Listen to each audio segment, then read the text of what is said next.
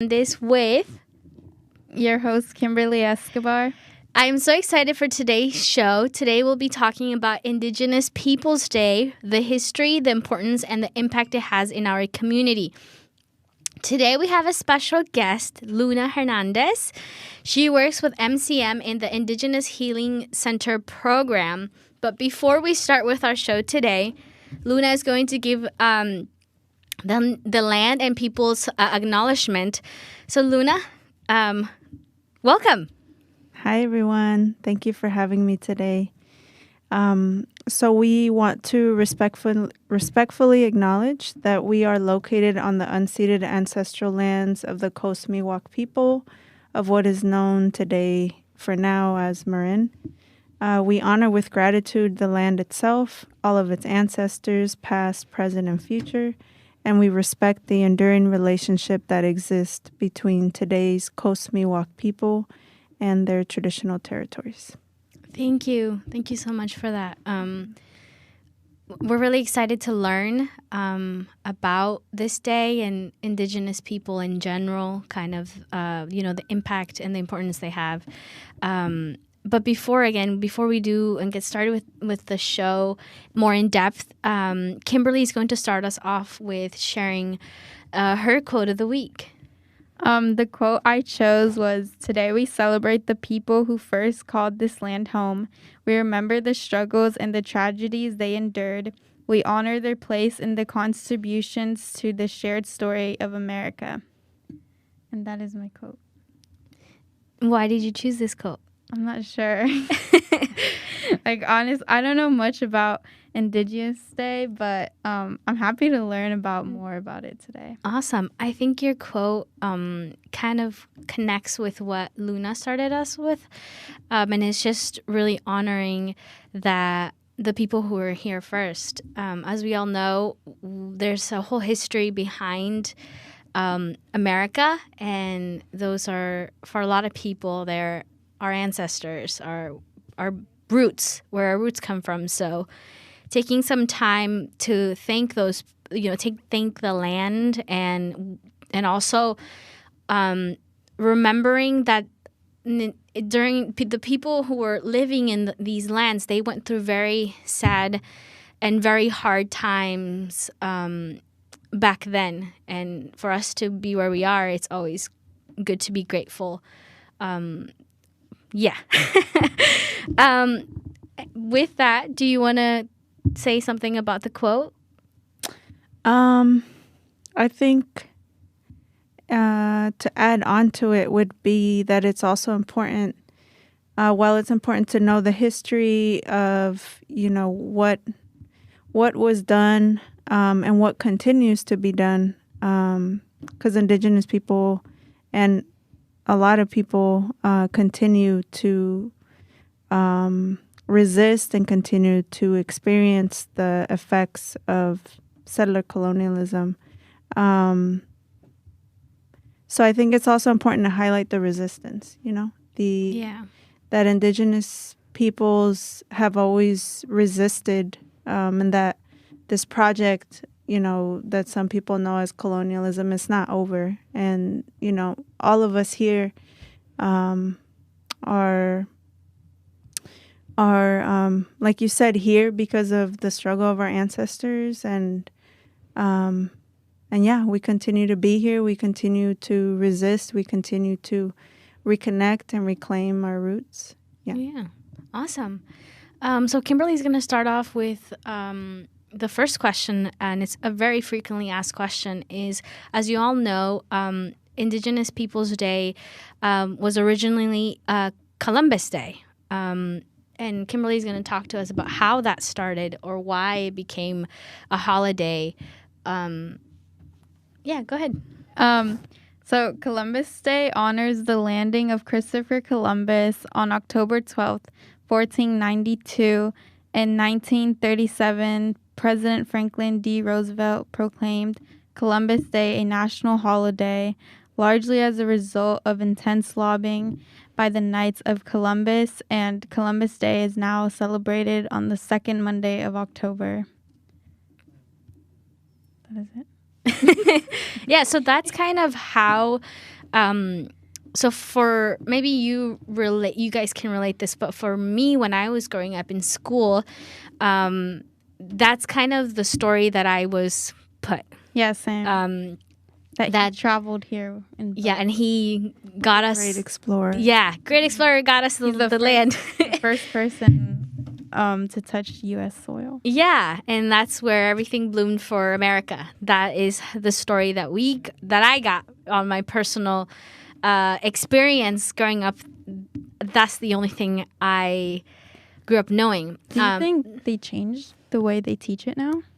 That would be an awesome question. Do you know if they have changed it over?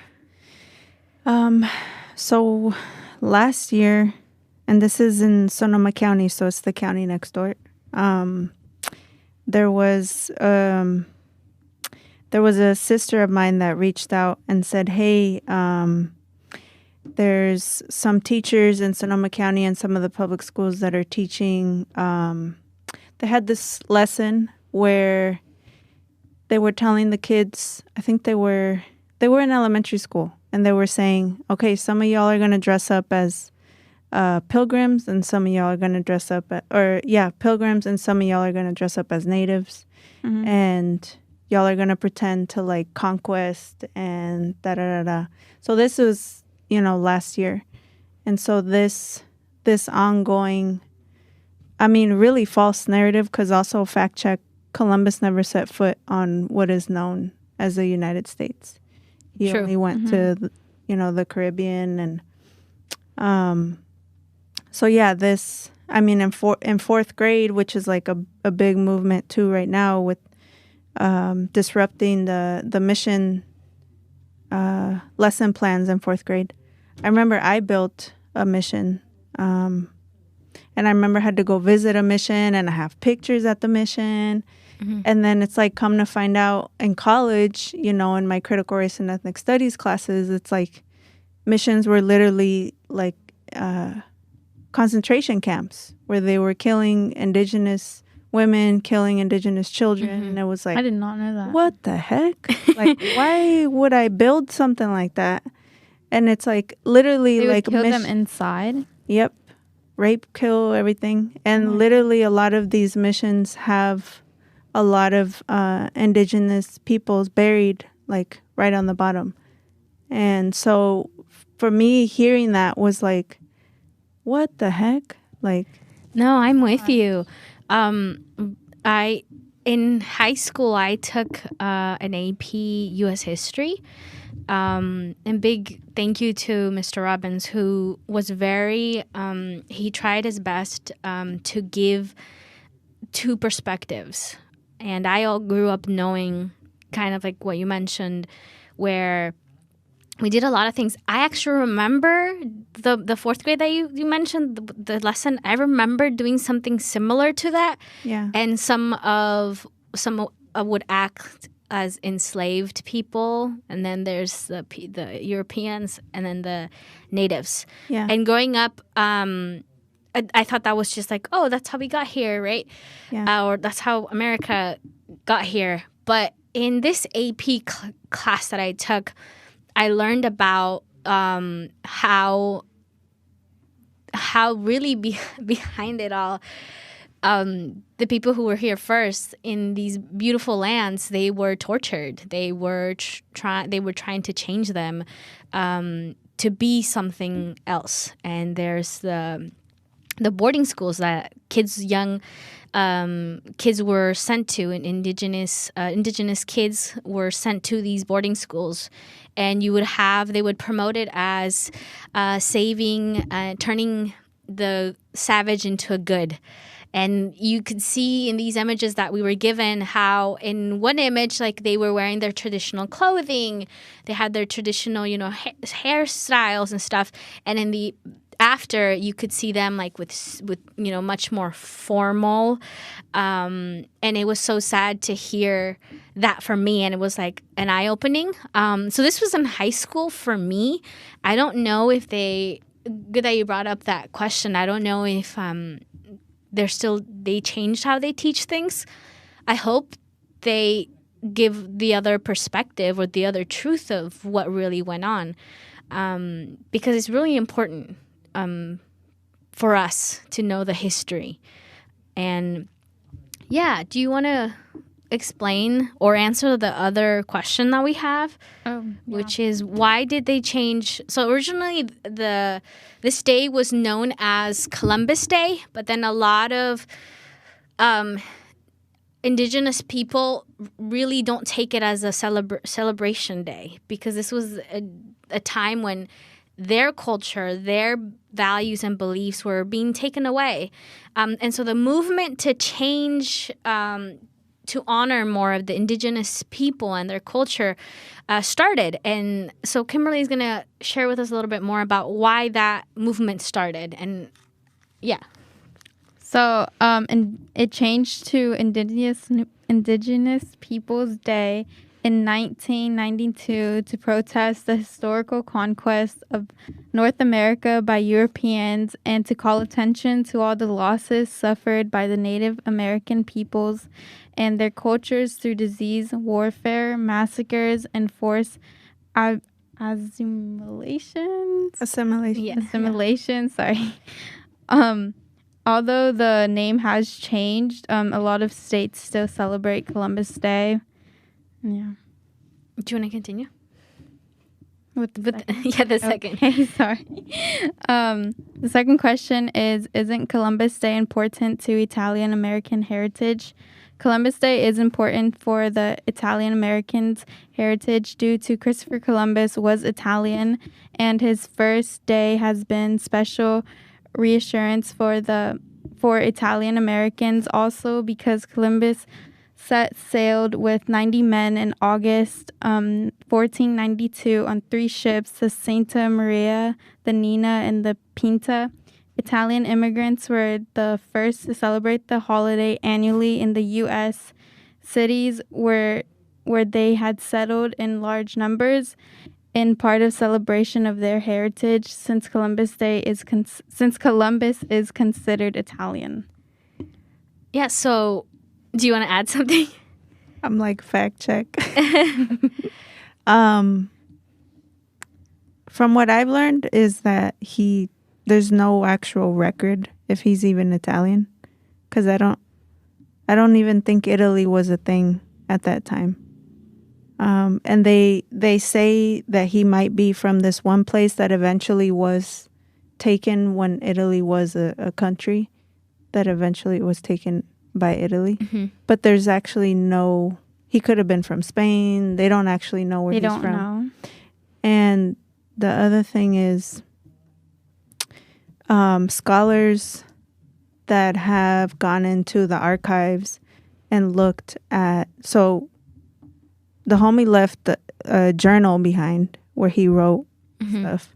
Oh, yeah. And a lot of scholars have already shown, and quoted, like literally direct quotes from him, where they show, where he like explicitly states, the atrocities that he was committing, which included rape, which included genocide, which included enslavement, which included theft and violence and all that. And so, and there's I read that there's a movement of Italians. I think it started in New York City, because I think that's where like the biggest parade is for Columbus Day. Mm-hmm. And there's a group of Italians. I think it's called like Italians for Indigenous Peoples Day. And this elder in their group was saying, like, basically, like, it's known what he's done. Like, he literally wrote about it and his journals are there. If anyone's like, no, we don't, he was a great explorer. It's like, why would you, anybody in your community, in your family, let's say you have someone in your community that is just like, has done some, horrible things.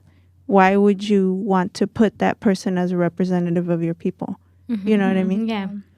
It's like, I get like the importance of having to honor your community and your culture, but why would you honor someone who's done those kind of things, and just kind of turn a blind eye to that and be like, oh, we're just going to overlook that he, Yeah, no. there are, like you mentioned before, Kimberly, is that there are some states that still celebrate Columbus Day.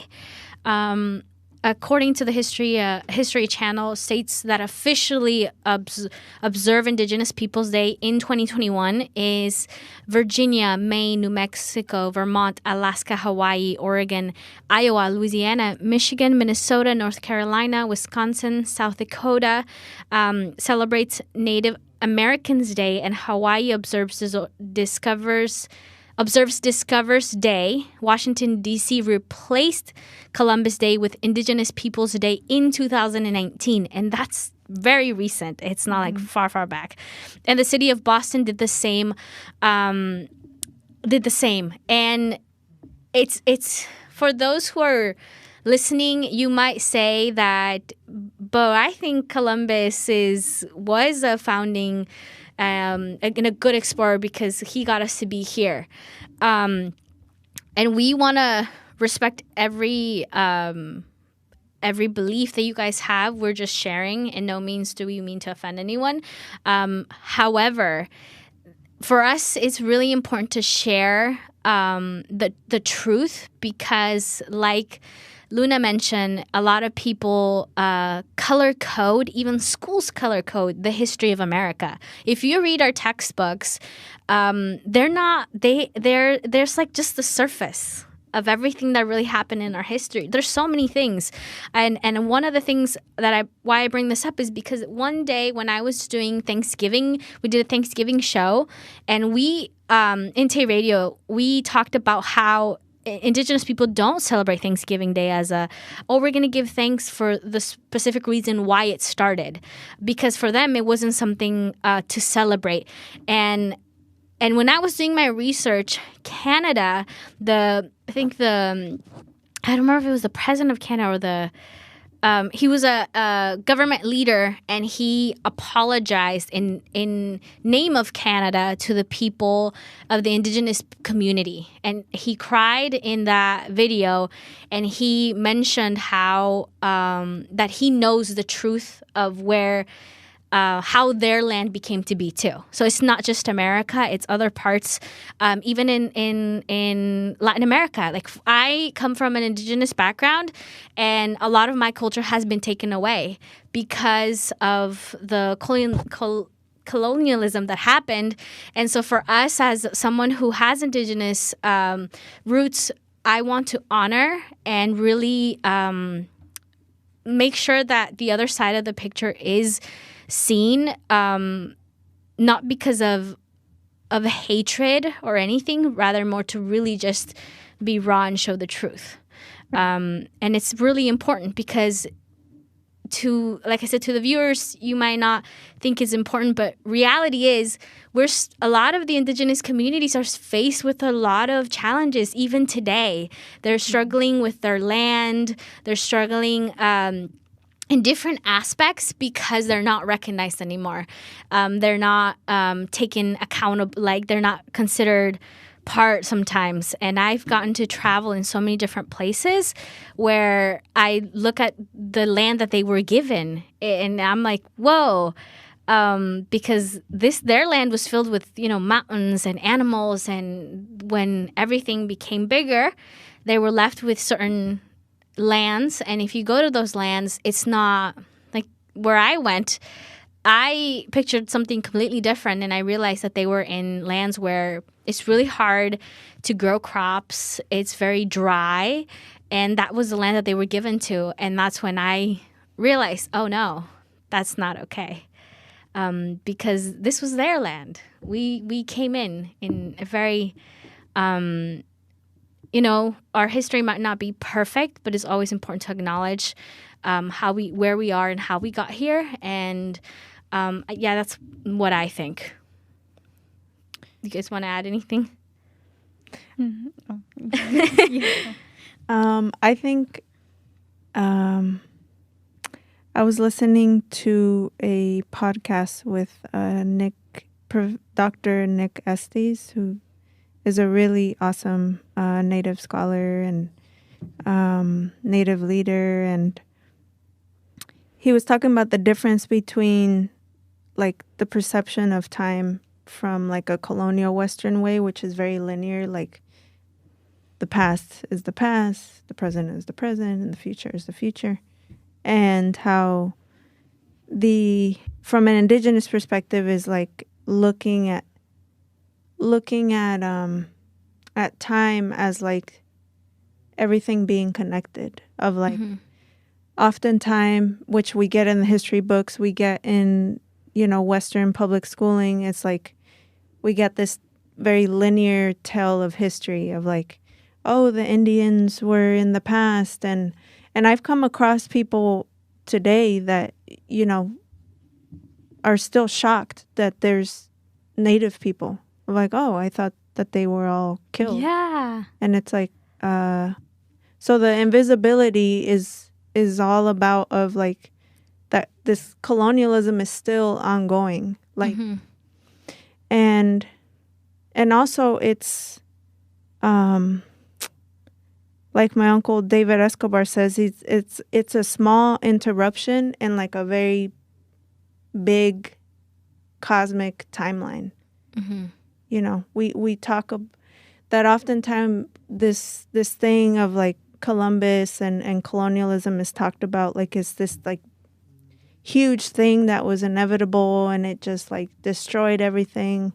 But then when you think about indigenous people and all of our ancestors and the lineage that we come from, it's huge. It's like, it's not that long ago that, some of our families were living off the land and were able to sustain entire families off the land, before they were forced to go into wage jobs and, go into Western schooling systems and institutions. It's like my great grandfather, Victor Sanabria, he took care of the land. He was a land steward. He didn't self-identify as indigenous, because of the colonial mindset that we've all undergone. But he was taking care of the land. He was taking care of his family, and he was able to, to live in that way and raise a big family. And a generation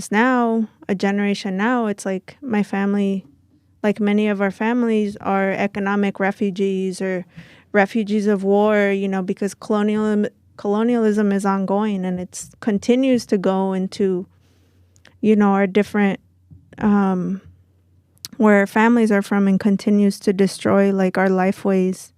And so, yeah, it's still very much ongoing, and indigenous resistance has always been there as well.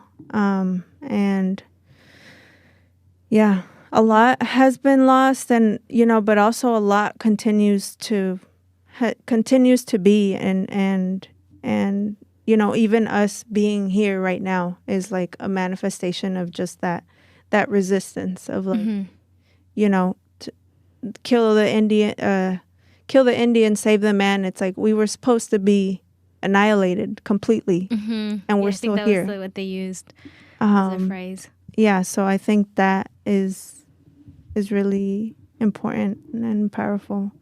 Yeah. Well, we're going to continue on with talking about why celebrate Indigenous Peoples Day, and how does Indigenous Peoples Day help our community. We'll be talking about that. But right now we're going to go on and give our PSAs. So before I play our PSA, there is Dia de los Muertos coming up this Saturday, and November 6th, 2020, this year, 2021, from 3 to 9 p.m. at the Barrow Community Center at Hickory Park. There's going to be food for sale, live music, art, workshops, altars, and much more. And they are currently looking for volunteers. So if you're interested, you can go to dayofthedeadsr.org for more information, or you can contact us at the studio or leave a comment on the Facebook or YouTube Live, and we can give you guys more information on that. But we'll be right back after we play this PSA. Wildfire season is here again. Pacific Gas and Electric will turn off electricity when there is extreme fire danger to reduce the risk of wildfires. Marin residents need to be ready in case of prolonged power outages. First, you can sign up to get notifications about planned power outages. These will tell you when the power outages are likely to happen and how long the power will be out. To receive notifications, text your zip code to 888-777. Second, be sure to have a working flashlight, enough food and water for 3 days, and other necessary items stored in your house and or your car. Third, learn about how to prepare to keep your family safe in case of a wildfire or extended power outage. See emergency preparedness information on the readymarin.org website. Please text your zip code to 888-777 to get on the alert system today. Hi, welcome back, and we will be continuing with the questions. The next question is, why celebrate Indigenous Peoples Day? We celebrate it to acknowledge and address the historical, systematic, and ongoing harms towards Indigenous people. More importantly, it's a day to empower people and celebrate Indigenous leaders and heroes and honor the beautiful culture. Thank you. Do you want to share why it's important to celebrate this day? Yeah. I think that celebrating Indigenous Peoples Day is also just about celebrating people. And it's about celebrating the humanity of Indigenous people and of peoples that have been dehumanized, like under colonialism and white supremacy. So I think that celebrating Indigenous peoples it's important because it's reclaiming, again, like humanity, all of our humanity, and pushing back against colonialism that, again, has tried to annihilate us. I mean, physically, spiritually, culturally. And so it's about honoring the truth, honoring our full humanity and reclaiming it. And celebrating, our resilience, celebrating that we're beautiful, that we're powerful, that we're intelligent, that, everything that the European colonizer, denied and said that, we were savages, that we were, still continue to perpetuate those kind of stories about non-European people. Mm-hmm. No, thank you for sharing. I think it's very important. I think, like everything, I agree with everything you said. And for all of you out there, you might ask, like, what does this day, what can it do to our community? What's the impact that it has? Or, being very, very, very honest, Indigenous people carry a lot of beautiful, how they protect our lands and how they view life is very, very different from, the Western way that has been going on from generation to generation. I kind of want to share. I want to share what am I talking about? And Luna, correct me if I'm incorrect, and please feel free to add on. So one of the things that their traditional agriculture practices are resilient to climate change. So they develop agricultural techniques that are adapted to extreme environments. And that's kind of, it goes back to when they were here before without everything. They know how to work the lands. They know how the energy of the land works, the plants. So they conserve and restore forests and natural resources. When, especially in the industrial age, a lot of things changed for America. We had more factories, more of deforestations and all of that. And for these communities, that to them, they cherish nature, mother nature. They see themselves very connected to nature, and as part of the they feel part of the same system as the environment that they live in. So natural resources are considered respected, protected, and so forests, rivers, anything basically is something part of them, which I love and take on, because my grandma, she's her roots come from indigenous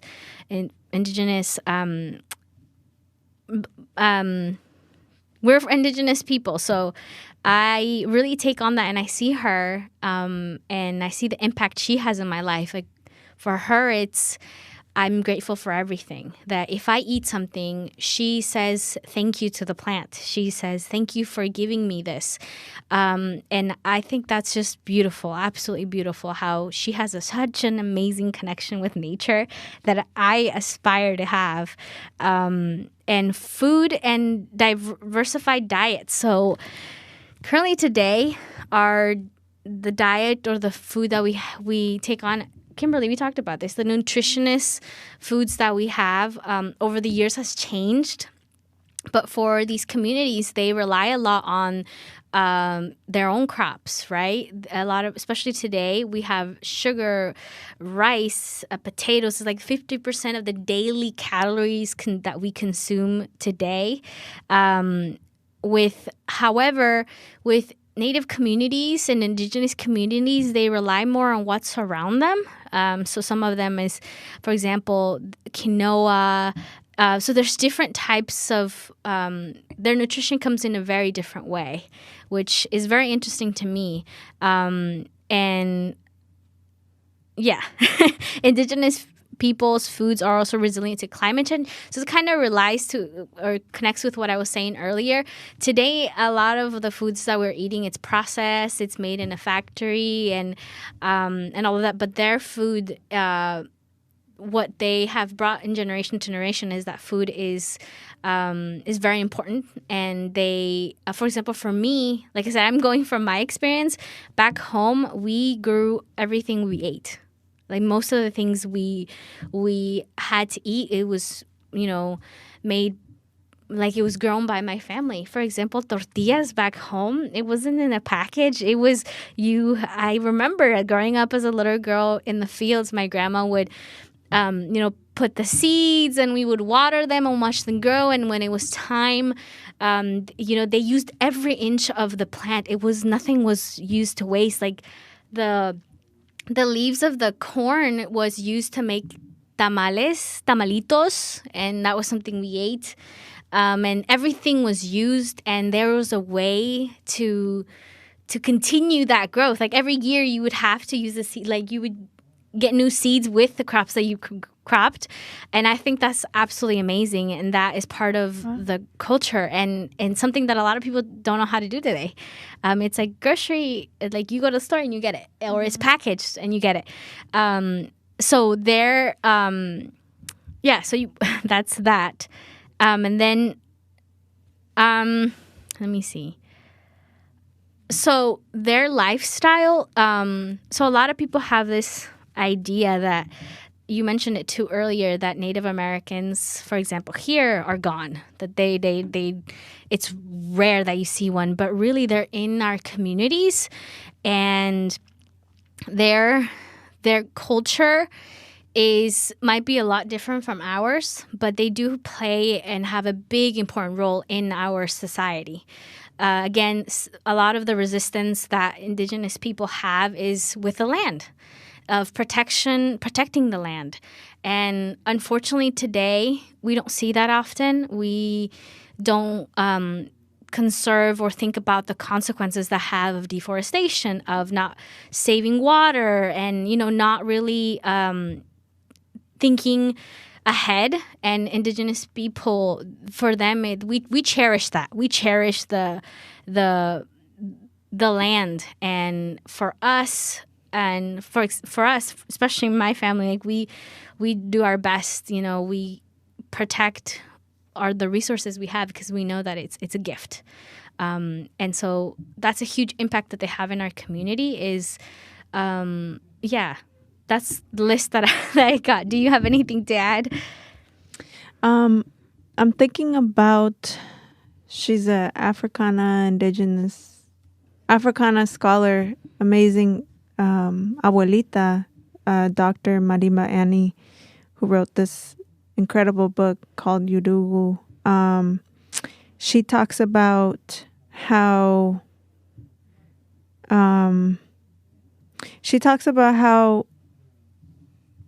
from an indigenous or Africana worldview, it's like our values and our principles are rooted in this like cosmic understanding of the self, like where you understand that you are an extension of the land, where you understand that you are an extension of plants, of water, and it's like with that kind of understanding, you would know that you wouldn't cause harm, because you would see land as a relative. You would see water as a relative, the way that you would see your abuelita. It's like you wouldn't, put a price on your abuelita or sell her or mistreat her because it's your relative and you love them. And in a lot of indigenous worldviews, it's like it's that cosmic understanding that you're one with all your relations that allows you to move through space with these values that honor that sacred connection of everything and every being. And so I think that it's through this process of like colonial miseducation, as we've been forcibly put through their European colonial institutions of education, of economies, of, which are extractive and which don't have a cosmic understanding of self. They have a removed understanding of self where they, instead of calling it, Mother Earth, Pachamama, it becomes a natural resource. Instead of it being land, it becomes my private property. It's like you would never own your mother. You would never own, so you should never own land. You should never own water. So I think that it's a different perspective. I think that it has to do with an entire like indigenous cosmovision worldview that has a certain set of values and principles where we are in good relationship with, not just your family or your friends. It's like with everything, Mm-hmm. Yeah. Well, thank you for sharing. Yeah. We're going to play a short song, and then we're going to continue to get to know you a little bit more. For our audience, Luna has been, we've been working together with the Indigenous Healing Center, and we'd love to hear your story and hear more about what you've learned. So we'll be right back after this song. With you by my side. Yeah. In the whip, thinking of your smile and your perfect laugh, I know you're still alive. Cause I feel presidency next to me with you by my side. I'm indestructible, more powerful. I'm gonna make you proud. Saying I don't want to one south. Fast tracking through the Golden Gate, trying to get home by. I know everything's gonna be alright. Cause last week I seen you in my dream, and you said it's ain't bye. You said don't shed no more tears. I just want you to know these sparkling tears contain core memories that spark the projection from the fondest memories of my life. Each tear's a flashback. Each tear runs down my face like a half bag. I celebrate them. This path I was meant for. Pain and lessons, gifts from the heavens, no longer question. They strain my bond, my sons, so we don't commit the same mistakes in the strange cold game. To transform darks to light, we meant for. To help others spark they shine, I was made for. I am king, gradual unconditional love is what evolved my wings. This is how I flew out of eternal purgatory. Changing my patterns to aviation fly patterns. Move through the cosmos like the Green Lantern. With you by my side, I'm afraid to fly. With you by my side, I feel the urgency to truly live life. With you by my side, I understand we don't ever really die. We walk in stars destined to rise. We rise.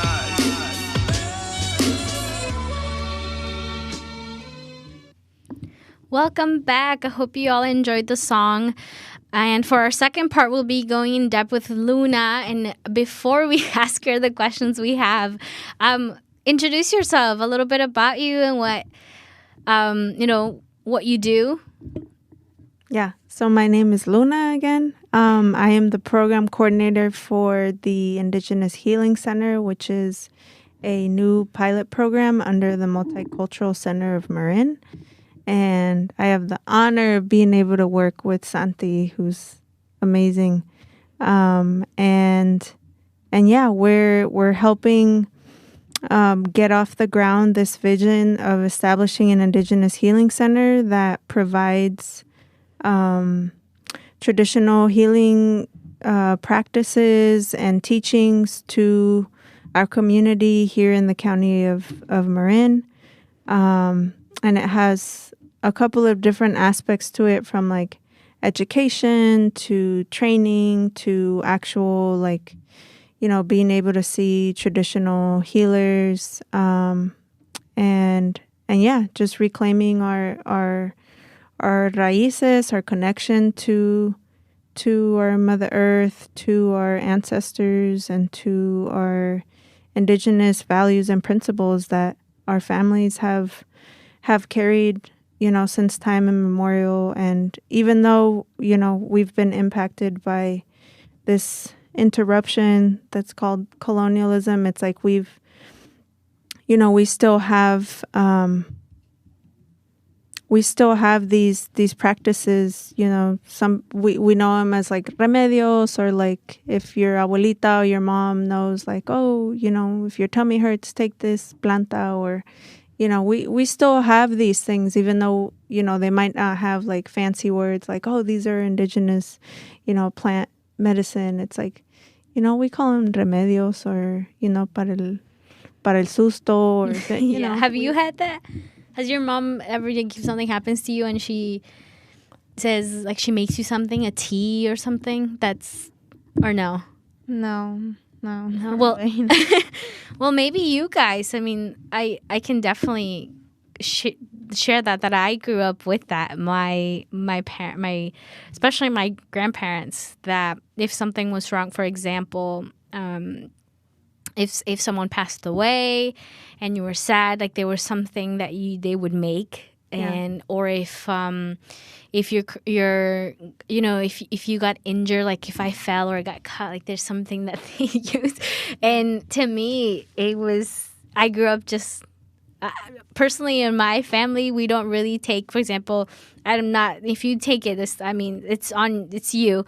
But for me, when I Advil, like, I grew up not taking Advil because my grandma would make things. So if I was feeling pain, she would make me things to not feel the pain. But I never grew up taking like painkillers. The only time that I ever taken painkillers was if I had some type of surgery or something where and that the doctors they do that. But on my own, I never grew up doing that because my grandma, like I said, so I can definitely see that. What would your grandma make? For example, I was so the other day we were having a meeting and I mentioned, what can you take away when you feel sad or you got scared? And I forgot that rura, I don't know how to say rura in English. How would you say? I think it's called the same. Rura. Yeah. But yeah, so so then I remembered my grandma, when my family members pass away, they use rura. They make like some type of tea. Is that like a plant? It's a plant. Yeah, it's a plant, and it's known that it can help with your heart, like the emotions that you feel. And yeah, stuff like that my grandma does. And like ginger, for example, ginger for my family is known that if you have inflammation in your throat, this is like just from what I remember my grandma saying. My mom does the ginger thing. Yeah. She boils this like thingy. I always see her boiling for my brother because he used to be sick, so. Yeah, stuff like that. Though. Yeah, it's ginger. Oh, wait, I just remember it's called jengibre. This is ruda, or rue in English. Oh, it's rue? R-U-E. Okay. Yeah. Yeah. So they do that. And for example, like my grandma uses to make tea. They use like the mint leaves. Yeah. And they make they even make teas with like the little the tangerine, la cáscara. Like they would make teas with that. Like I grew up. So when I get sick, for example, my mom never really tried her best not to give me los. I call them jarabes, but I don't know what's in English. Where instead of taking that, my grandma taught me like how to make a tea with lemon, orange, and ginger, and canela, which I'm blanking on the English name. And we would boil it all together, and that would be the tea that I would drink whenever I had the flu. Yeah. So those are stuff that I grew up knowing. And like I said, for me, it's always like normal. Right. And for people when they're like, how do you know all this stuff? I'm like, I don't even know. I just remember my grandma teaching me that. But kind of diverse a little bit. What got you to be involved in the Indigenous community and, you know, advocating for the Indigenous community? So for me, and I think we talked about this last Monday, my process was, I've had the privilege of going back to my family's ancestral lands in Mexico and being connected to especially my dad's ancestral lands in Guanajuato, and so having that connection to land, and I grew up in a Catholic Mexican family, and not super hardcore. They're like the Catholics that show up like once a year to get the Black Cross for Semana Santa. But my grandma, who I'm really close to, my dad's mom, mi abuelita Amanda Navarro, she taught me how to pray, and she's a hardcore Catholic. Like she says, I'm Catholic to the bone, and you know, she leads her church group in her little pueblito. And I mean, basically, so my sorry to kind of loop back. It was in my junior year of high school where I was introduced to a Chicanx student movement that's called Mecha. I think now it has a different name. It's like MEPA or something. But I was invited to a meeting, and at the meeting there was danzantes, and I had seen them before when I had gone to Mexico City, which is where my mom grew up. But it never, I don't know, I never got close to it. And then for some reason, when I went to that first meeting, it just like, I don't know, something clicked, and I was like, okay, I need more of whatever this is, like the smoke and the copal they were burning and the drums. I was like, my corazón is like, something's here. And so that is when I started, I'm like hitting the mic. That's when I started, I went into Aztec dancing, and then my maestro introduced me to ceremonies of Native communities here.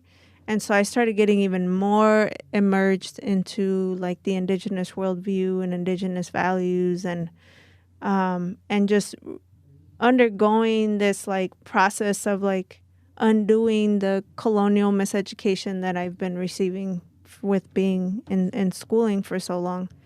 And it was a hard process, because it was like learning all this history that was really heavy and hard to learn about, and realize, you know, this is what they did to our ancestors, and this is what's still going on. And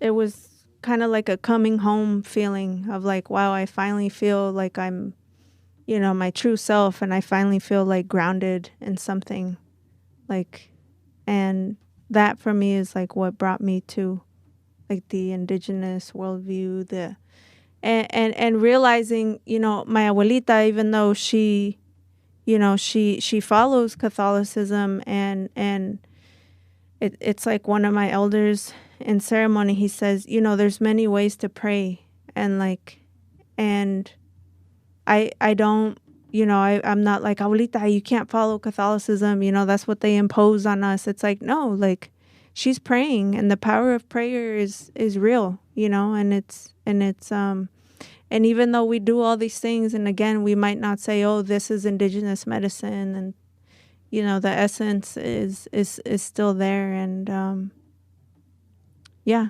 And for me, yeah, basically since ceremony is when I started like, okay, this is, I'm back home. Yeah. Well, yeah. I'm inspired. I think I don't think I've ever felt that way with anything. Hopefully. Come to ceremony. I can connect with you too in that way of not really knowing the history and kind of my roots, and something that I grew up saying that I'm fully Latina, which, yeah, in my Latina culture, I'm going deep, deep, deep down.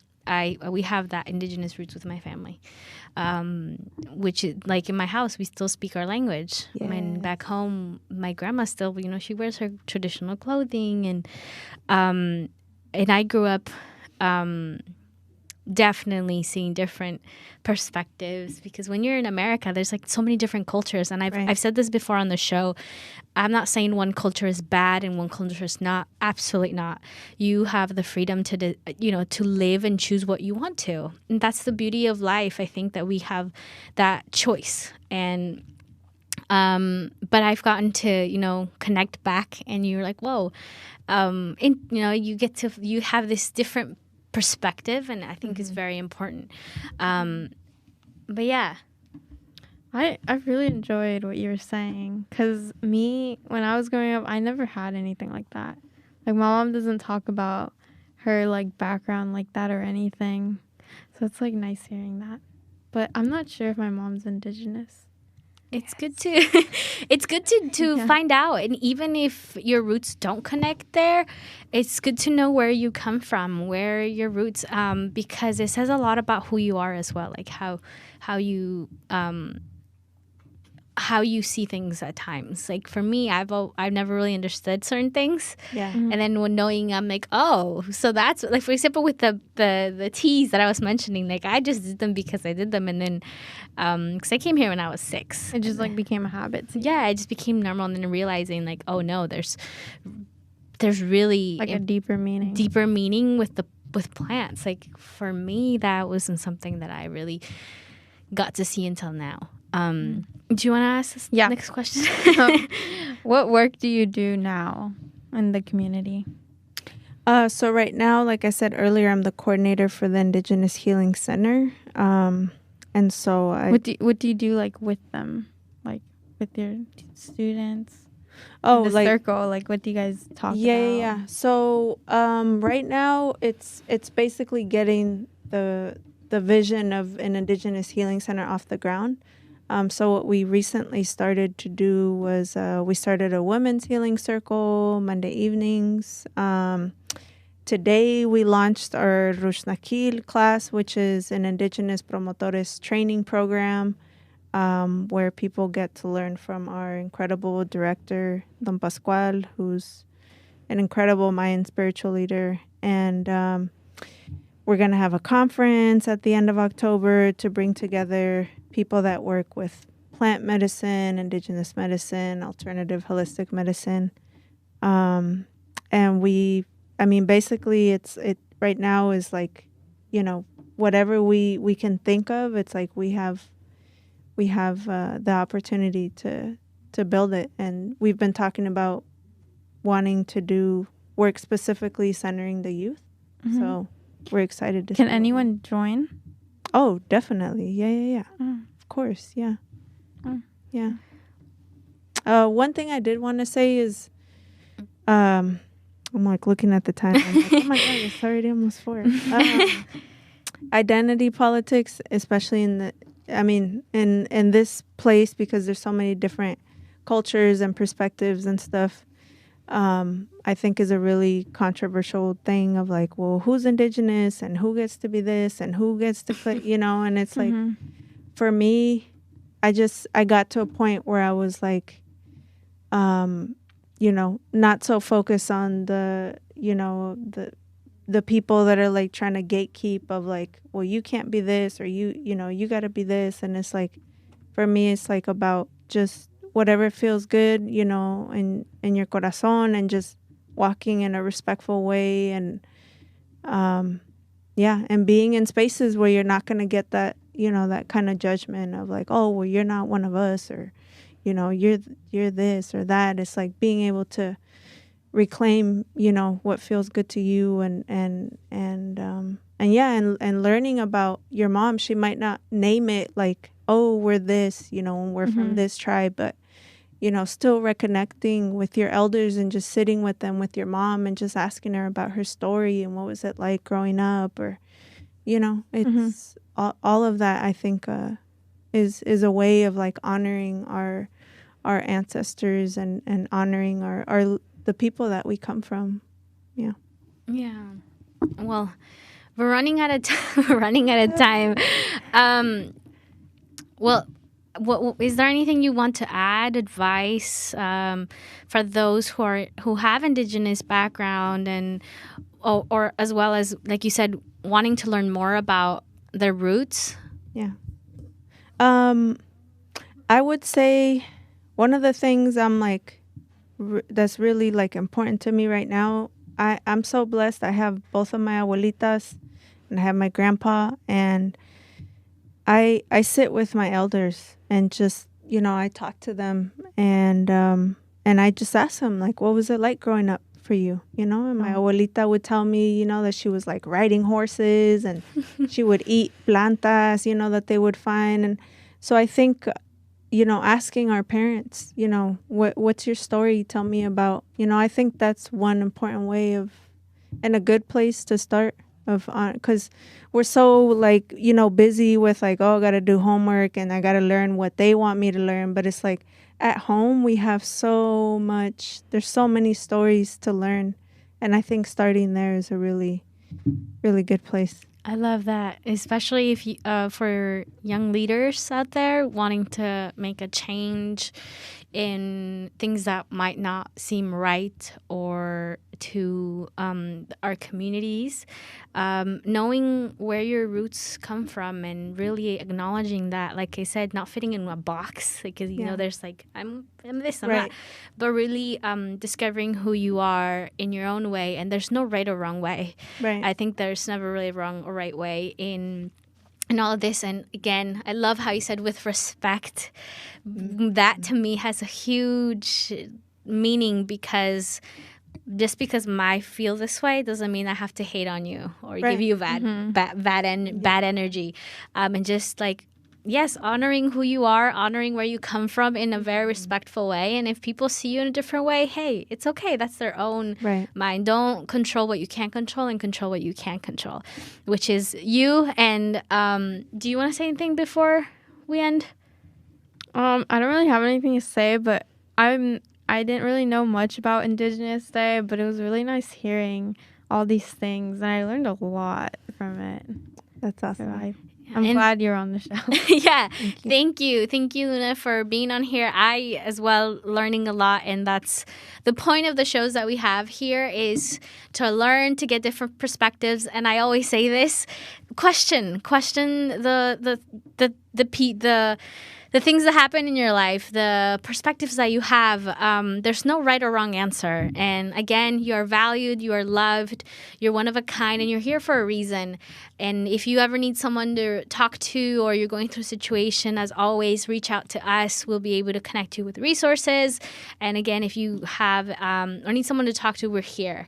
Thank you so much, Luna. Really, really awesome having you here and being able to work with you. I know you and Don Pascual have a lot of knowledge and wisdom to share, and I am learning and growing along the way, and it's really truly an honor and a pleasure to be working with you. And again, thank you to Javier and Annalie, who are backstage working the production. Definitely miss having them here, because I know they have perspectives and opinions and all of that. But yeah, so thank you guys, and we'll see you guys next week, and have a good rest of your Friday. Thank you.